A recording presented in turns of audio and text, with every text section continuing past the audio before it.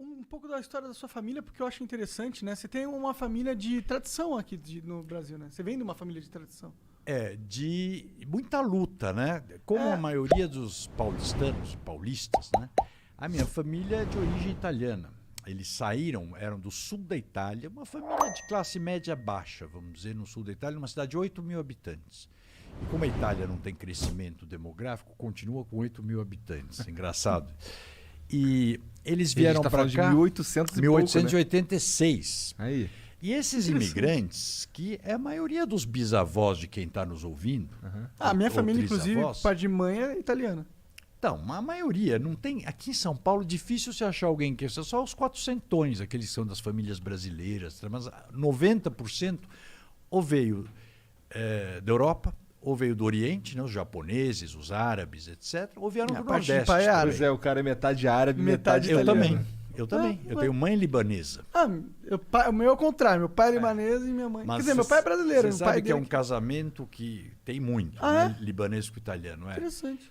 E então, vieram para cá. Por quê? Porque a Europa estava muito mal e tinha um cara de lá, da cidade, que tinha vindo para o Brasil e escreveu para o Francisco Matarazzo dizendo, olha, vem para cá, isso aqui é a terra que você... É a terra de oportunidades. E ele tinha um monte de irmãos, ele veio, eram 7 irmãos. E ele veio para cá, viu e trouxe um monte, vendeu tudo que tinha lá, a família fizeram, e trouxe secos e molhados, para abrir um armazém de secos e molhados, aqui em São Paulo. O navio chegou no Rio de Janeiro. Na hora de fazer o transbordo, né, de levar a mercadoria do navio para o porto, pôs numa barcaça. Aí a barcaça afundou. Então, perdeu tudo. Você imagina você chegar, porque hoje a gente fala assim, viajou, foi para Itália, 12 mil quilômetros de viagem. Naquela época, ele ainda veio de navio à vela. Caralho. Estava começando o vapor. Olha o que esses imigrantes... Mó ralação, cara. Sim, para chegar aqui. Exploradores. Aí chegou num país... O que tinha aqui no Brasil, 1800? Nada. Nada, era mato, escravos, índios e um pouco de portugueses. Ainda era império, né?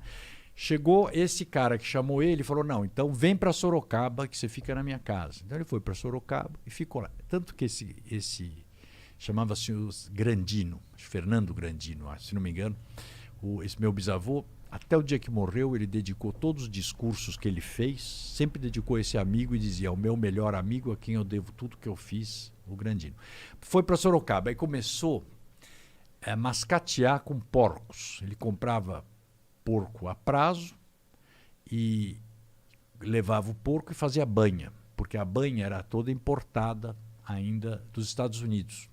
Então começou a vender banha, depois começou a crescer, foi fazendo, e aí começou a pôr... Ele viu que a banha, quando vinha dos Estados Unidos, você tinha que comprá-la em barril. Pô, e as pessoas não queriam... O que ele fez? Ele começou a pôr banha em lata pequena, que para vender para o consumidor era muito melhor.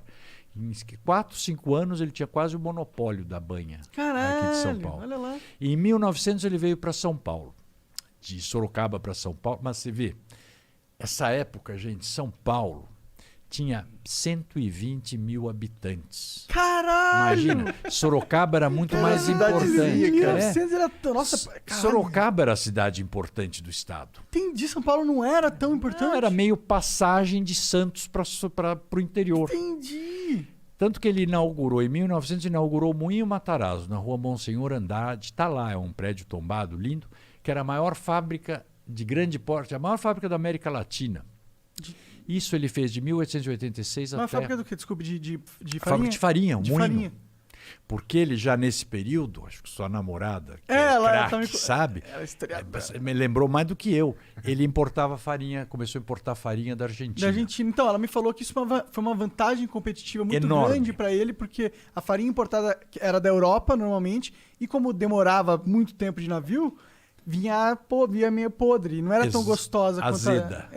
Sua namorada é uma craque, Tá viu? vendo? Porque foi exatamente o que fez a diferença para o Francisco Matarazzo e o tornou um dos homens mais ricos da época. Foi esse negócio de que ele sacou que a farinha vinda da Argentina chegava mais rápido com um sabor melhor.